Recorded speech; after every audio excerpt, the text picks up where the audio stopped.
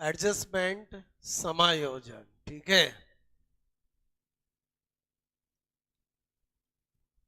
Very very important.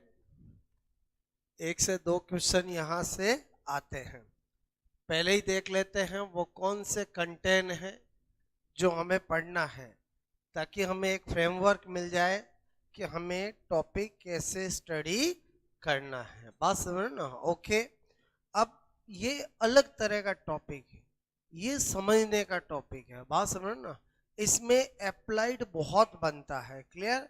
और जिस topic के अंदर अप्लाइड क्वेश्चन बनते हो वो टॉपिक हमेशा इंपॉर्टेंट होता है। क्लियर? ओके। तो मैंने कहा इसमें सबसे पहले हल्की फुल्की बातें हैं। क्लियर? क्या समायोजन क्लियर का अर्थ तथा समायोजित व्यक्ति के लक्षण। Okay. Meaning of adjustment and character of adjustable person. Clear? Okay. उसके बाद दूसरा हम पढ़ेंगे समायोजन के उपाय। ओके। या इसी को कहते हैं अहम रक्षा युक्तियां। क्लियर? ओके। मैंने कहा मेथड्स ऑफ एडजस्टमेंट, या इसी को कहते हैं ईगो डिफेंस मैकेनिज्म। ओके, या डिवाइस। ओके। इसमें 4 तरह के पढ़ेंगे। एक प्रत्यक्ष उपाय डायरेक्ट मेथड, एक अप्रत्यक्ष उपाय इनडायरेक्ट मेथड, एक आक्रामक उपाय एग्रेसिव मेथड, एक क्षतिपूर्ति उपाय कंपनसेटरी मेथड। 4 मेथड हम इसमें पढ़ते हैं। और जिसमें जो इनडायरेक्ट है उसके अंदर 10 मेथड है, और वही इस टॉपिक की जान है। बात समझ में आए? बोलो ओके। मैंने कहा वेरी वेरी इंपॉर्टेंट। क्लियर? उसके बाद मानसिक रोग। ओके। बोलो के प्रकार। यहां पर अपन लिखेंगे, क्या लिख रहा हूं? बोलो असमायोजित क्लियर व्यक्ति के मानसिक रोग। ओके। यानी मेंटल डिसऑर्डर। क्लियर? ठीक है। ऑफ नॉन, मैंने कहा नॉन एडजस्टेबल पर्सन। ठीक है भाई। कोई पर्सन कहीं पर एडजस्ट नहीं होगा तो मेंटल डिसऑर्डर तो होंगे ही होंगे। या तो एंजाइटी में आएगा, या डिप्रेशन में आएगा, या बोलो आपसे मेरे को टेंशन में आएगा, या प्रेशर में आएगा। क्लियर? तो क्या डिफरेंस होता है इन सब में? एंजाइटी क्या होती है, डिप्रेशन क्या होता है, टेंशन क्या होती है, वो सारे फंडे यहाँ क्लियर करूंगा। ओके। बात समझ में? ये भी बड़ा समझने का है। ठीक है। और उसके बाद हम पढ़ेंगे मानसिक स्वास्थ्य। Clear? Okay. Mental health. Okay. क्या पढ़ेंगे? बोलो मेंटल हेल्थ। ओके। ये भी पूरा एक साइंस है। बोलो मानसिक स्वास्थ्य क्या होता है, क्या डेफिनेशन ये है। मतलब मोटा मोटा मैंने इस चैप्टर को कितने पार्ट में डिवाइड कर दिया? 4। लेकिन आप देखोगे तो मैंने इंपॉर्टेंट लगाया इनको और इनको। मतलब क्वेश्चन या तो इनसे आता है या इनसे आता है, और ये पूरी तरह से समझने की चीज है। क्लियर? ओके। तो आपसे मैं कह रहा हूं, हमें एक पता चल गया कि हमें चैप्टर में क्या पढ़ना है। बात समझ में आए? बोलो। ये तो जनरल इंट्रोडक्शन होगा कि भाई एडजस्टमेंट का मीनिंग क्या है, एक कोई एडजस्टेबल पर्सन है उसके क्या करेक्टर होते हैं, हल्की फुल्की बातें। मेन चीज है ये, और ये नोट करोगे।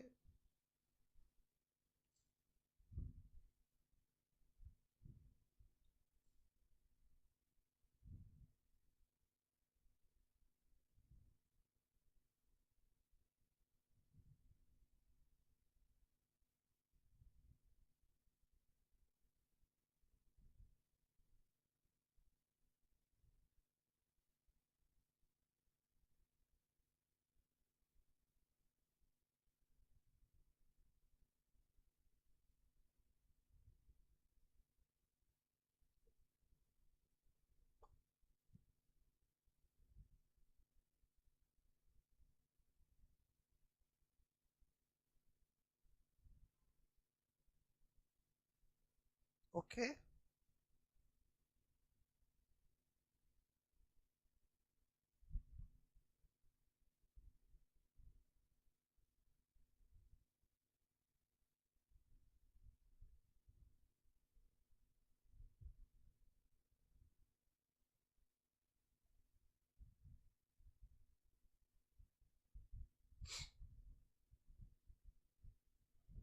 ये क्या लिखा था? Meaning of adjustment and character of adjustable person. Clear?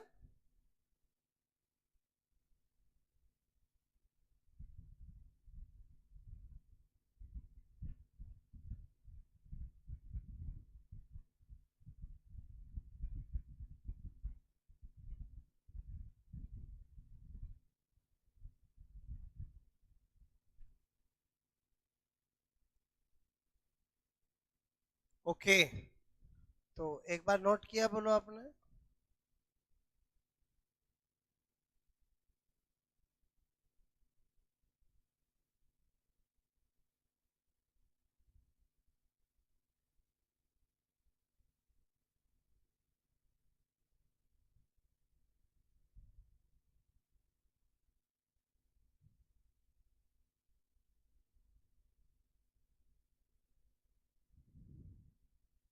Okay, बात समझ में आए बोलो? हटा दूं? ठीक है, तो सबसे पहले मैंने कहा समायोजन का अर्थ, ठीक है, मीनिंग ऑफ एडजस्टमेंट, ठीक है। तो मैंने कहा समायोजन दो वर्डों से मिलके बना है, सम। मैंने कहा समायोजन दो वर्डों से मिलके बना है, सम प्लस आयोजन। क्लियर? सम का मतलब होता है भली भांति या अच्छी तरह से, और आयोजन का मतलब होता है व्यवस्था। क्लियर? ओके, इसका मतलब समायोजन क्या हुआ बोलो? अपने आप को, ठीक है, अच्छे से व्यवस्थित करना क्या कहलाता है बोलो? समायोजन। ओके, अब मैंने आपसे कहा कि मैं यहां पर लिखूं समायोजन के लक्षण, या मन ही मन में सोचूं कि समायोजित व्यक्ति के लक्षण। बात तो एक ही है, क्योंकि लक्षण तो समायोजित व्यक्ति के ही होंगे। ये तो एक गुण है, ये तो क्या है? प्रॉपर्टी है। बोलो क्लियर? तो यहां पर बोलो क्या लिखा मैंने? करेक्टर ऑफ एडजस्टमेंट या character of adjustable person. Clear? बोलो बहुत सारे करेक्टर। नंबर वन बोलो, जो जो जो समायोजित व्यक्ति होगा वो खुश रहेगा, दुखी रहेगा, सुखी रहेगा, दुखी रहेगा, सुखी रहेगा। पहली चीज, जो जो जो समायोजित व्यक्ति है वो दूसरों का बोलो बुरा भला भला चाहने वाला होगा, बुरा चाहने वाला होगा? भला चाहने वाला होगा। जो समायोजित व्यक्ति होगा वो सामंजस्य बनाए जाने रखने वाला होगा कि कठिनाइयां पैदा करने वाला होगा? सामंजस्य बनाए रखने वाला होगा। समायोजन एक सतत चलने वाली प्रक्रिया है कि कभी कभी होने वाली प्रक्रिया है? सतत चलने वाली प्रक्रिया है। मतलब समायोजन ये कहता है कि एक व्यक्ति को हर समय समायोजित रहना पड़ेगा। ऐसा नहीं है क्लास में बैठा तब तो समायोजित है, बाढ़ में रोड पे जाते हैं जैसे रोड तो उसे अकेले की है। अरे समझे समझे बोलो? जब आप खा रहे हो, जब आप पी रहे हो, जब आप सो रहे हो, जब आप चल रहे हो, जब आप पढ़ रहे हो, एवरी टाइम आपको क्या करना पड़ता है? अपने आप को व्यवस्थित रखना पड़ता है। व्यवस्थित रखना पड़ता है मतलब एडजस्टेंट रखना पड़ता है। बस में सफर कर रहे हो, बोलो आपसे मैं कह रहा हूँ माना फोन में कुछ देख रहे हो लेकिन जोर जोर से ठहाके लगा रहे हो तो भी पास वाला डिस्टर्ब होगा।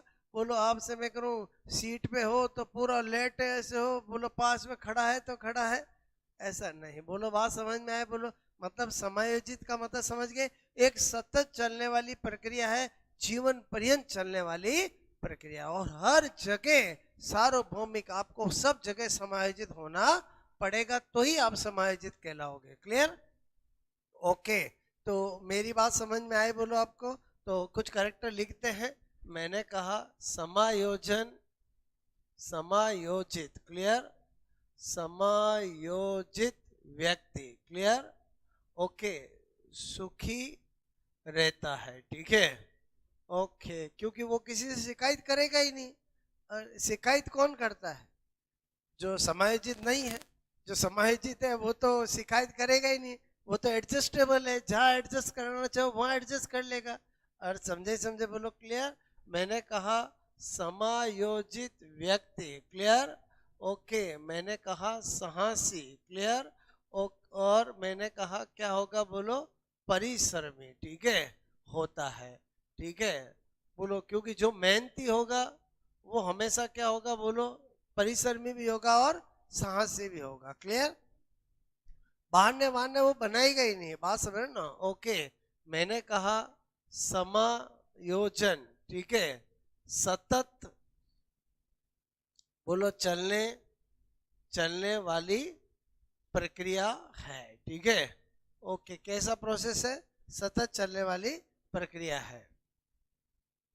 समायोजित व्यक्ति, क्लियर, ओके, कठिनाइयों, ठीक है, बोलो, को सरल बनाता है, ठीक है, जो एडजस्टेबल होगा, कितनी से कितनी भी कठिनाई आ जाएगी उसको भी क्या बनाएगा? इजी बनाएगा। और जो समायोजित नहीं होगा वो क्या होगा? सरल समस्या को भी क्या बना देगा? कठिन बना देगा। क्लियर? ओके, मैंने कहा समायोजित व्यक्ति, क्लियर, व्यक्ति, ओके, मैंने कहा चिंता, तनाव, ओके, चिंता मतलब क्या बोल रहा हूं? एंजाइटी, टेंशन, क्लियर, ओके, कुंठा, ओके, बोलो कुंठा, ओके, बोलो कुंठा कोई हिंदी में क्या कहते हैं? भगनासा, इंग्लिश में कहते हैं बोलो क्या? फ्रस्ट्रेशन, ठीक है, ओके, मैंने कहा से मुक्त रहता है, ठीक है, मतलब फ्री रहता है, ठीक है। तो ये सब चीजें मैं पढ़ाऊंगा। कब पढ़ाऊंगा समझ में आया बोलो? जब असमायोजित की बात करूंगा तब बताऊंगा। क्लियर? कि ये क्या चीज होती, ये क्या चीज होती, ये क्या चीज होती। मैंने क्या लिखा समझ में आया? समायोजित व्यक्ति एंजाइटी से फ्री रहता है, टेंशन से फ्री रहता है, फ्रस्ट्रेशन से फ्री रहता है, कन्फील्ड से फ्री रहता है। कन्फील्ड समझते हो बोलो? द्वंद्व, द्वंद्व, बात समझ में आया बोलो? क्लियर? ओके, नोट करोगे? ये तो बिल्कुल हल्की फुल्की चीजें हैं, बोलो क्लियर? ओके,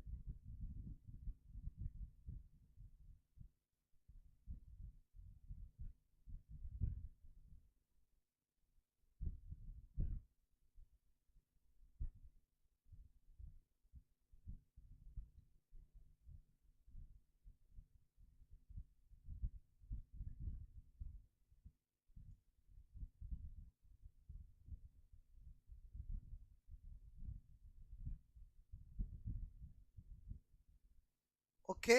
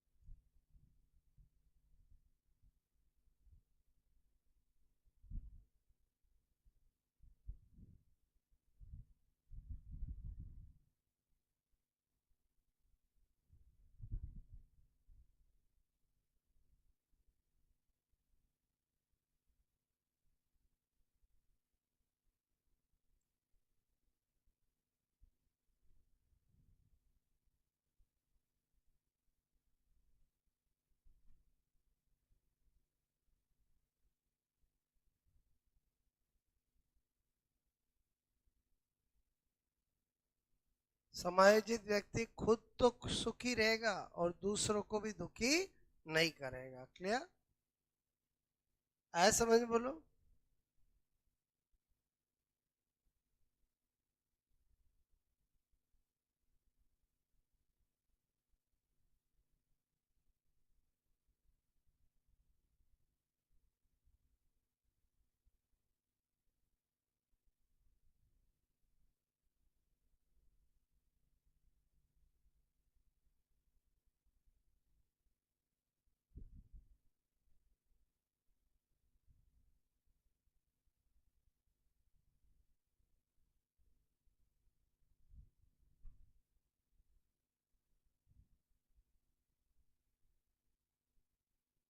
ठीक है,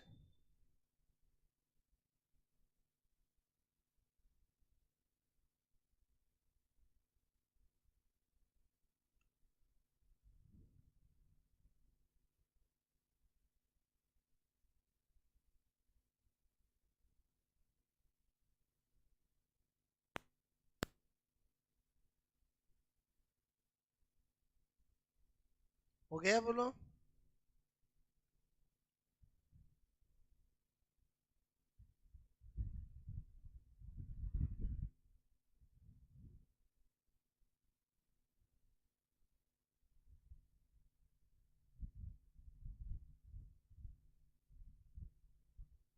हो गया? ओके। चलो, ये तो जनरल बातें बताई मैंने, बात सुनो ना। ओके, कभी क्वेश्चन आ जाए समायोजित व्यक्ति का लक्षण नहीं है या है, तो दे पाओ। मेन चीज है जो बताने जा रहा हूं। हो गया ये तो? नोट बोलो। ओके।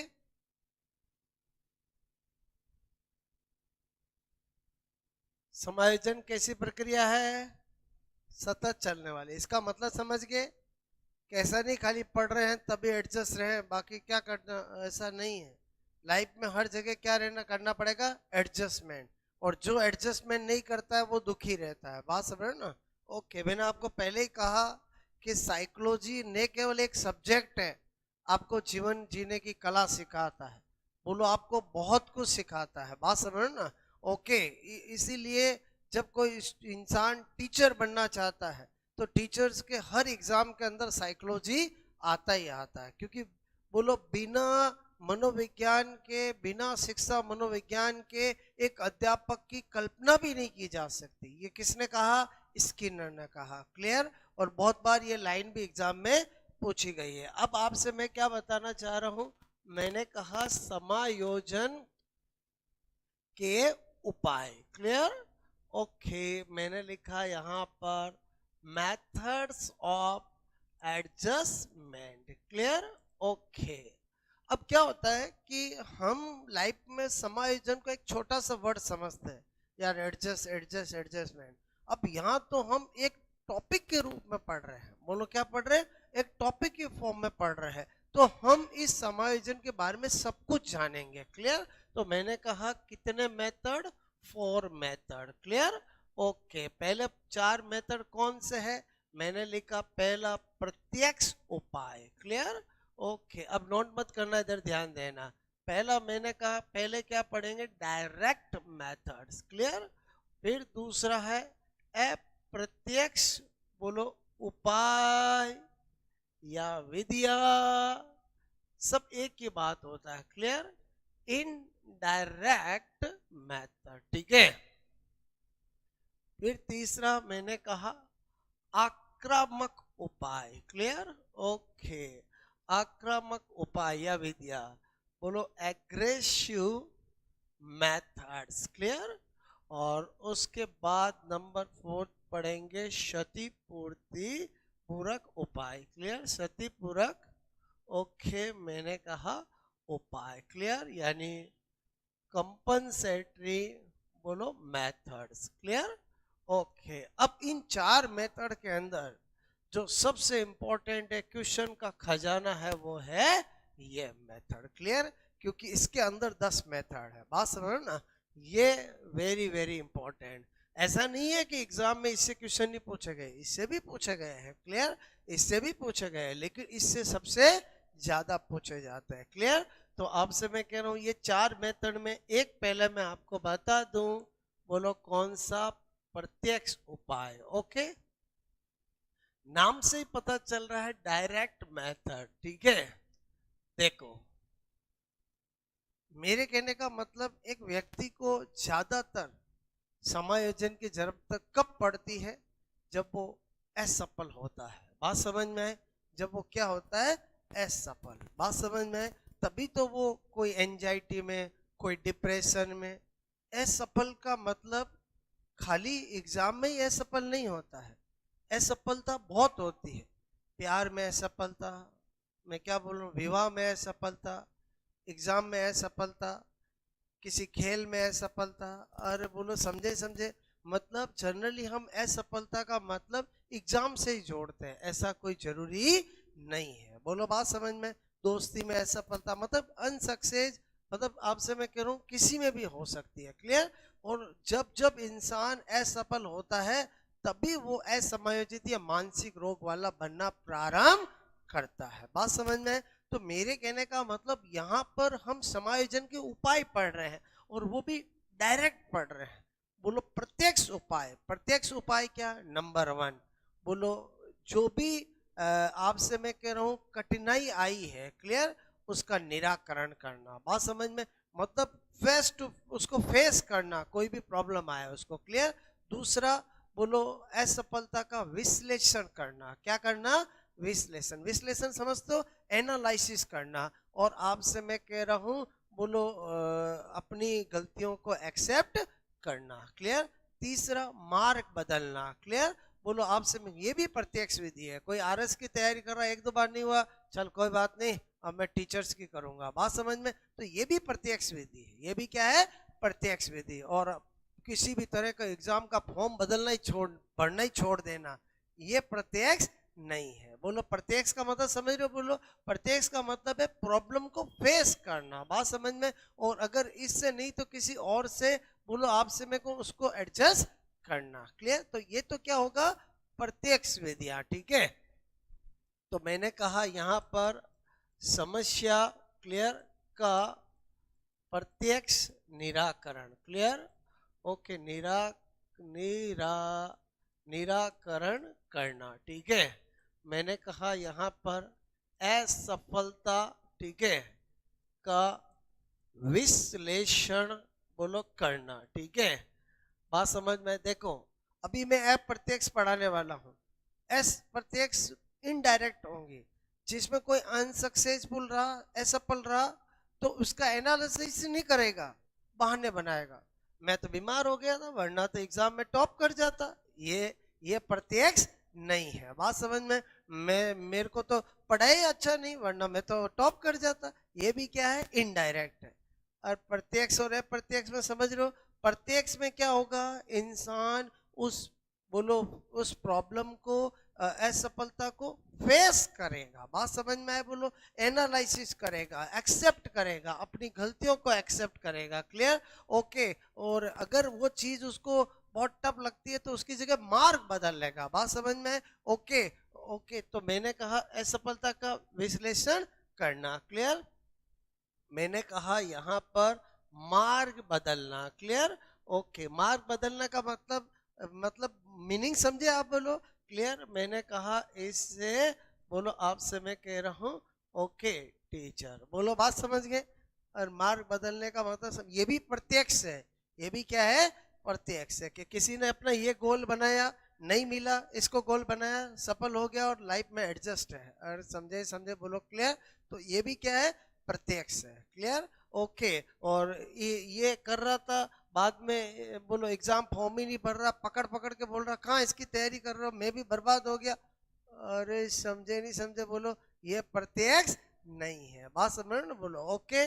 तो एक एडजस्टमेंट वाला पर्सन कभी भी किसी चीज को कोसेगा नहीं। बोलो बात समझ में? क्योंकि वो तो सांस ही होगा, बोलो वो तो परिश्रमी होगा, एक नहीं तो दूसरी जगह उसको कंपनसेट, बोलो करेगा। ये समझ रहे हो? बोलो क्लियर? मार्ग बदलना। ठीक है, तो प्रत्यक्ष एकदम इजी है, आपको कोई दिक्कत इसमें आने वाली नहीं है। क्लियर?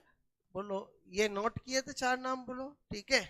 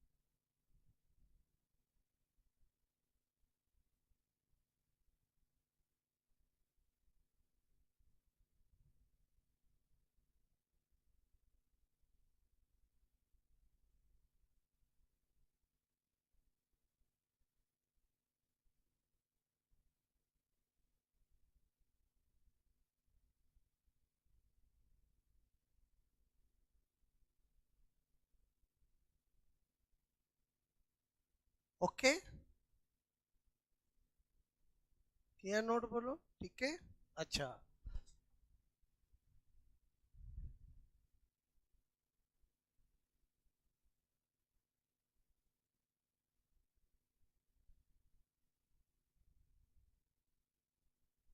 इसी तरह से ये वर्ड भी लिखा हुआ आता है, शोधन।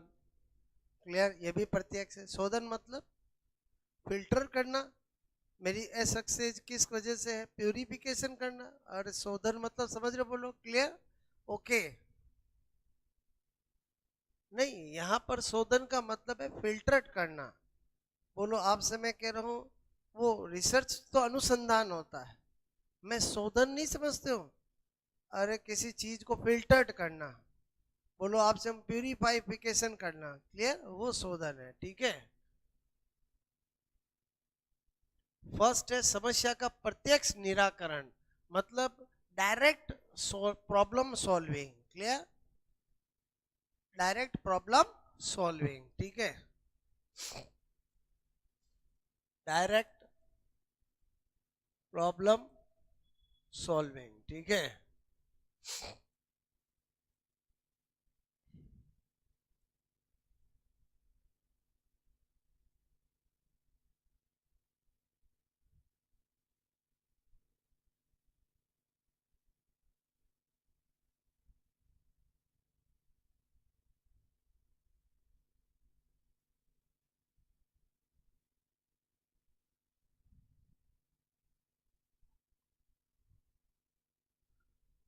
इनमें से कोई भी लाइन मिल जाए, वो किस मेथड को बताती है, प्रत्यक्ष को बताती है, ठीक है।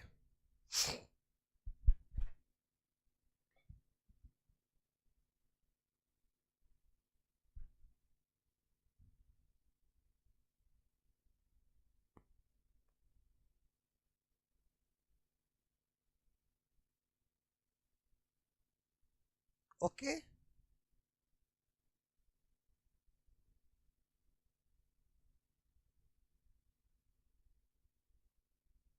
चार लाइनें लिखी मैंने। पहला है समस्या का निराकरण करना, असफलता का विश्लेषण करना, एनालिसिस, मार्ग बदलना, चेंज ऑफ पाथवे, और filtration of problem, clear, okay. तो तब तो वो क्या कहलाएगा, डायरेक्ट। तब तो क्या कहलाएगा, डायरेक्ट। लेकिन एग्जाम में क्या इंपॉर्टेंट है, इनडायरेक्ट, बोलो क्लियर, ओके। तो अब मैंने लिखा यहाँ पर प्रत्यक्ष विधियां, ठीक है, इनडायरेक्ट, इनडायरेक्ट मेथड, ओके। पहले मैं सबके नाम लिख रहा हूं, इधर ध्यान देना। मैंने कहा, पहला लिखा मैंने दमन, रिप्रेशन, ओके। दूसरा मैंने लिखा समन, सप्रेशन, ओके। तीसरा लिखा मैंने युक्तिकरण या औदिच्य स्थापना, ठीक है, इंग्लिश में बोलते हैं रेशनलाइजेशन, प्रक्षेपण, projection, उदात्तीकरण, sublimation, sublimation.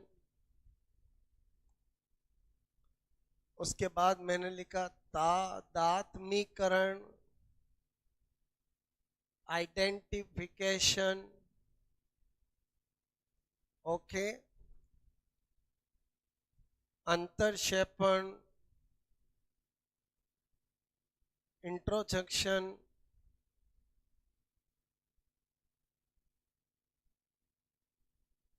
Okay. Number 8 विस्थापन, ओके। डिस्प्लेसमेंट, नंबर 9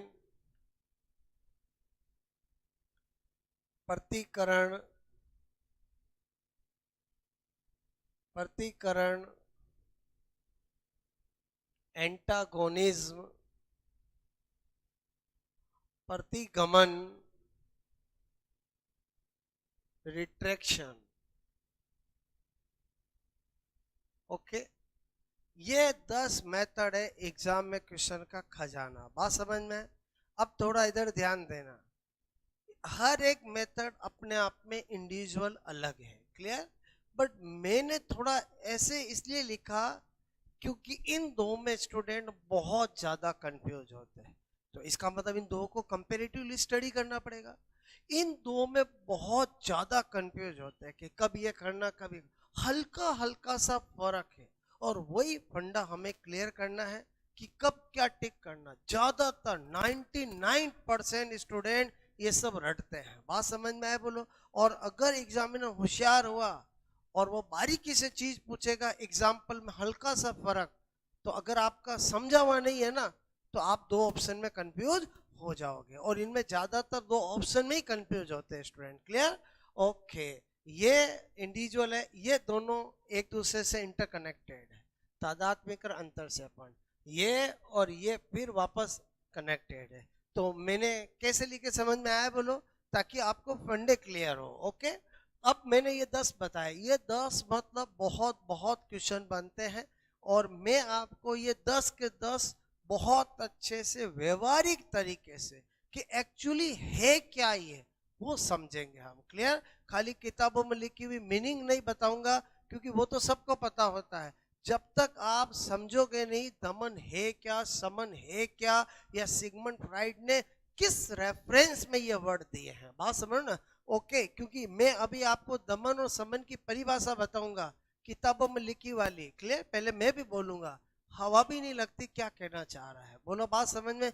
लेकिन जब हम इसको रियल में जानेंगे कि सिगमंड फ्राइड ने मीनिंग क्या बताया है रिप्रेशन, क्योंकि सिगमंड फ्राइड क्या था, मैंने आपको पहले कहा साइंस का पर्सन था, डॉक्टर था सिगमंड फ्राइड, बोलो क्लियर? तो उसने जो बातें कही है वो मतलब हर कोई नहीं समझ पाता कि वो क्या कहना चाहता है। मेरी बात समझ में आए बोलो क्लियर? तो ज्यादातर क्या कर रहे हैं, अपने हिसाब से जो समझ में आ गया किताब में लिखा रट लिया, बात समझ में वो चीजें हैं, ठीक है? तो एक बार ये नाम नोट करोगे, और मैंने पहले ही कहा यही सबसे इंपॉर्टेंट है, क्लियर? ओके, नोट करोगे?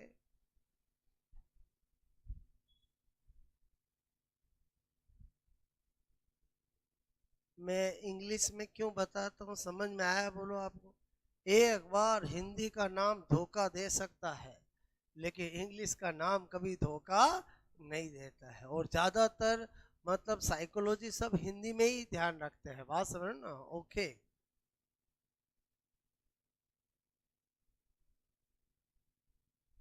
स्पेशली इनका तो आप इंग्लिश हिंदी दोनों में लिखना, क्लियर? हिंदी के साथ साथ क्या लिखना, इंग्लिश भी, क्लियर? कौन सा थर्ड? युक्तिकरण या औदिच्य स्थापना, क्लियर?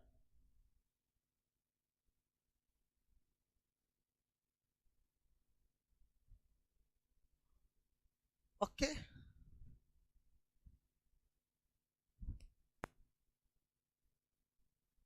मैं लिखता हूँ वो समझ में आता है? ओके,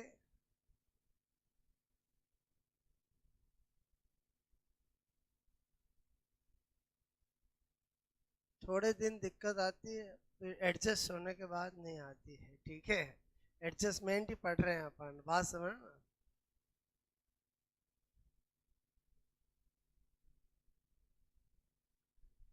ऐसे लिखूं?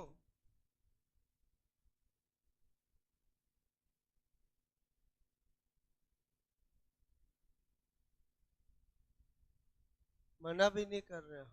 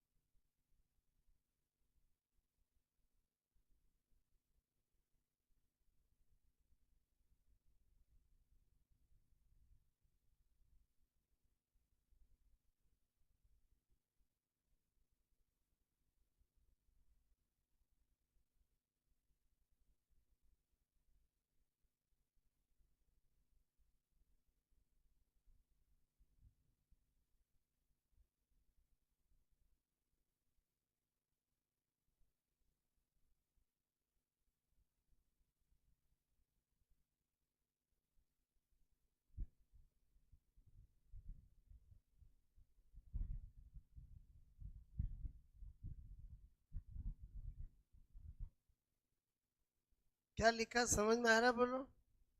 This one is antagonism. Clear?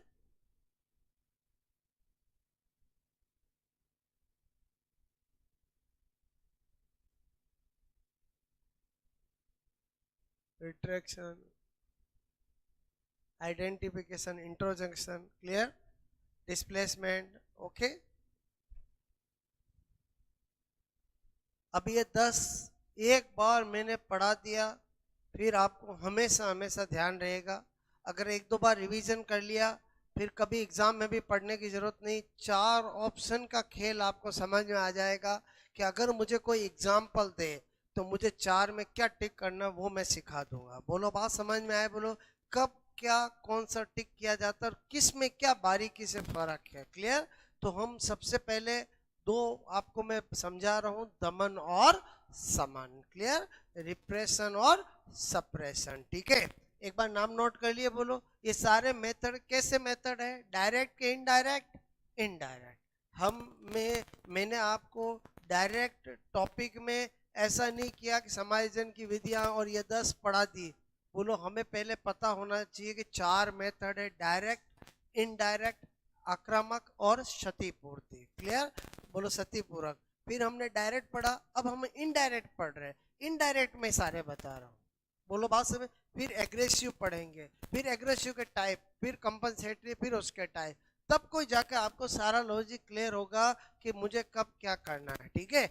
लेकिन क्वेश्चन किससे आता है? बोलो ज्यादातर यहीं से आता है. ठीक है? अब मैंने कहा मैं पढ़ाने जा रहा हूं पहले ये दमन. क्लियर? ओके. चूंकि मिलती जुलती है इसलिए मैं एक साथ बता रहा हूं, मैं कोई अंतर नहीं कर रहा हूं. ध्यान से समझ लेना. क्लियर? ओके. दमन और समन. ठीक है? एक है मैंने कहा रिप्रेशन. बोलो एक है सप्रेशन. ठीक है? ओके. सबसे पहले तो ये दो शब्द, स्पेशली ये दो शब्द किसने दिए हैं? सिगमंड फ्राइड ने. क्लियर? बोलो किसने दिए हैं? बोलो सिगमंड फ्राइड ने दिया है. ठीक है? किसने दिए है? सिगमंड फ्राइड ने. ओके. अच्छा, सिगमंड फ्राइड का नाम तो सुना ही है. बोलो आपने. ठीक है? देखो क्या कहता है सिगमंड फ्राइड. बोलो दमन समन. दमन का मतलब होता है किसी भी व्यक्ति की कोई इच्छा, कोई बात, कोई ख्याल का उसकी बिना जानकारी के चेतन मन से अचेतन मन में जाना. कॉन्शियस माइंड से अनकॉन्शियस माइंड में जाना, इसे क्या कहते हैं? दमन. किसी भी इच्छा, बात, ख्याल का बोलो हमारे जानकारी में चेतन मन से अचेतन मन में जाना. ये जो मैंने अभी बोला है ये किताबों में लिखा होता है. जब कभी पढ़ते हो तो दिमाग में आता है ये क्या कहना चाह रहे हैं. बात समझ. मतलब बिना जानकारी के कोई चीज जा सकती है क्या? अरे समझे समझे. बोलो मैं क्या बोल रहा हूँ. जब बोलो हम ऐसा कभी आपने पढ़ोगे तो ये दिमाग में ख्याल आता है. क्लियर? तो आपसे मैं कह रहा हूँ एक्चुअली सिगमंड फ्राइड क्या कहना चाहता है, मेरी एग्जाम्पल से समझा रहा हूँ. क्लियर? देखो ये दमन कब होगा? सिगमंड फ्राइड कहता है कोई ख्याल, कोई बात, कोई इच्छा क्षण भर के लिए दिमाग में आए. क्या आए? क्षणिक, कुछ सेकंडों के लिए दिमाग में आए और फिर बिल्कुल भी नहीं आए, तो क्या होगा? दमन होगा. मतलब आपने उस ख्याल, उस बात, उस इच्छा को क्या कर दिया है? दमित कर दिया. क्या कर दिया है? दमित कर दिया. क्लियर? और आपसे कोई बात, कोई ख्याल, कोई इंसिडेंस, कोई घटना, कोई इच्छा का बोलो बार बार दिमाग में आना और आप खुद ही मन को अब जो हुआ सो हुआ, अब डिस्कस करना व्यर्थ है और थोड़ी देर में खुद ही वापस डिस्कस कर रहे हो. बात समझ में? अब इनको एग्जाम्पल से समझो. क्लियर?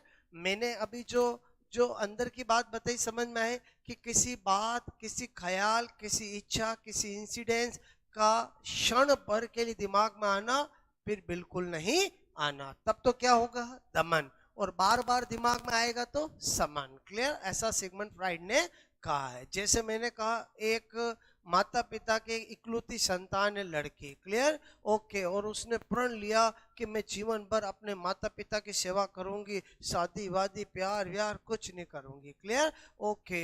बोलो वो हो गई है लड़की बड़ी। एक दिन उसके पिताजी माताजी बीमार थे।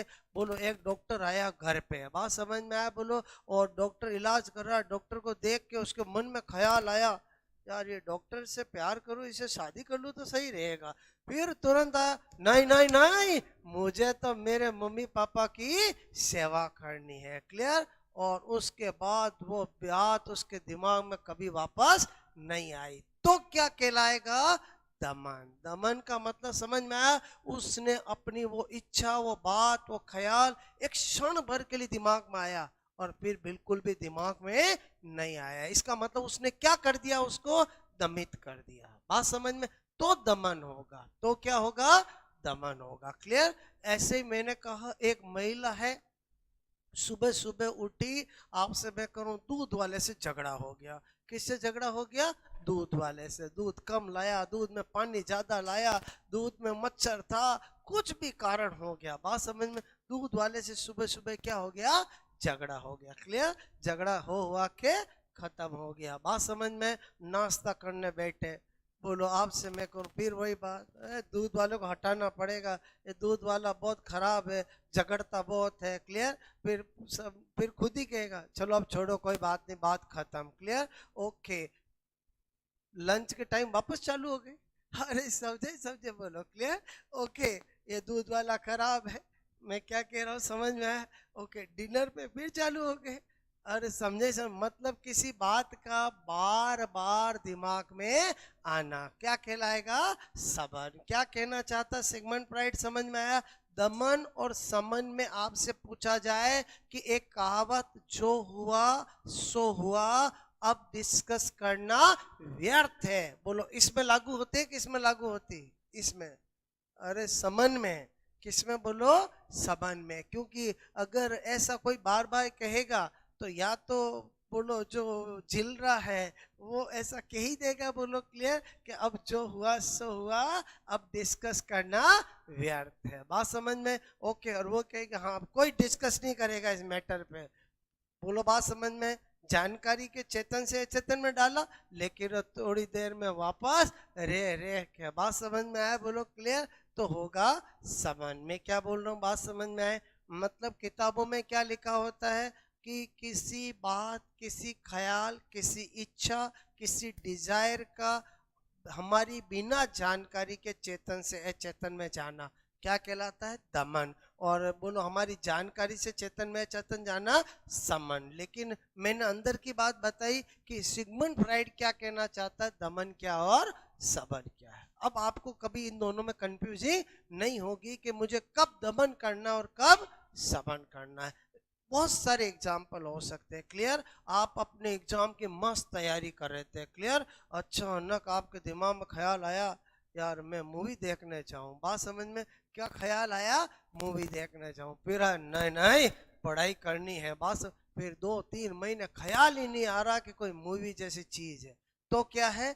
दमन है, बात समझ में आया? बोलो। और उस समय तो मन को रोक लिया और शाम होते होते वापस मन में आए मूवी देखने जाऊं, तो क्या है? समन है। अरे समझे समझे, बोलो। एक ही चीज दमन भी हो सकती है और समन भी हो सकती है, डिपेंड करता है कि उसमें भाव कैसा है, बोलो, बात समझ ना?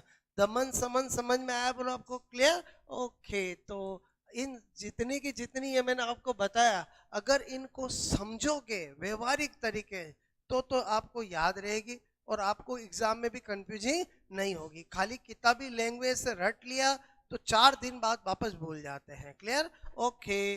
तो आपको मैं क्या बताना चाह रहा था, समझ में आया? बोलो, क्लियर।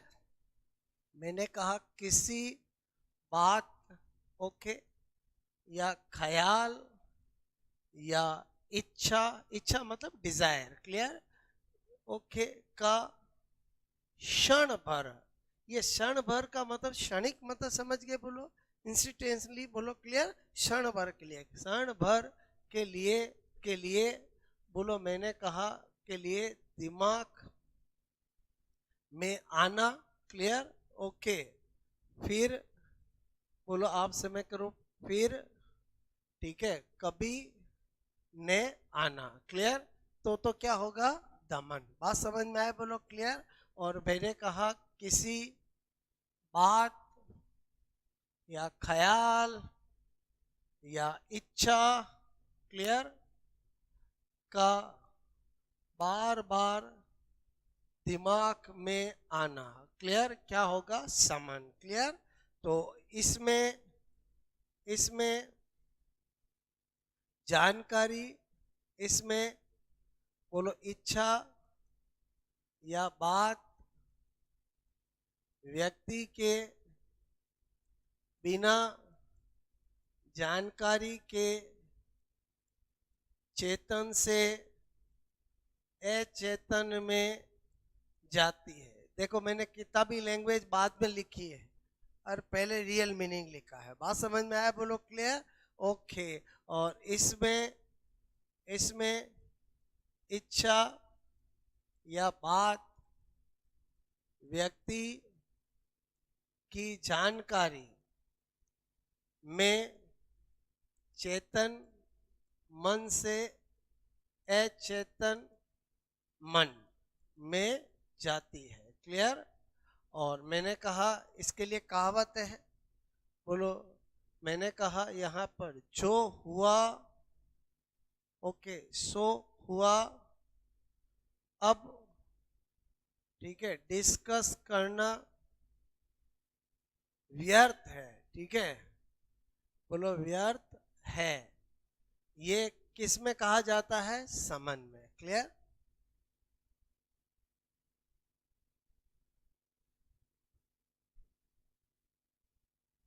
मैंने समझाया, समझ में आया, बोलो आपको क्लियर।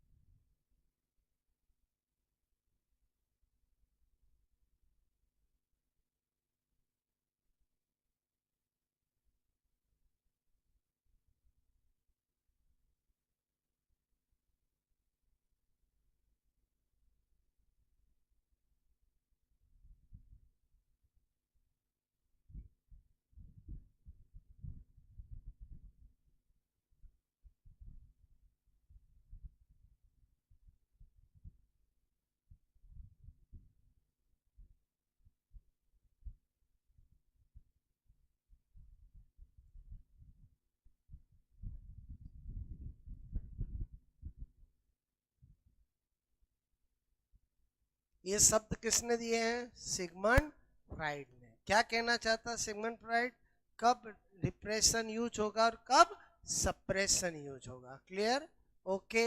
रिप्रेस कर दिया मतलब वापस ख्याल नहीं आएगा, खाली सप्रेस किया तो वो बार बार दिमाग में बात आएगी, क्लियर। बोलो आज दो बताई, बाकी सारे कल बताऊंगा। आया समझ में, बोलो ये क्लियर।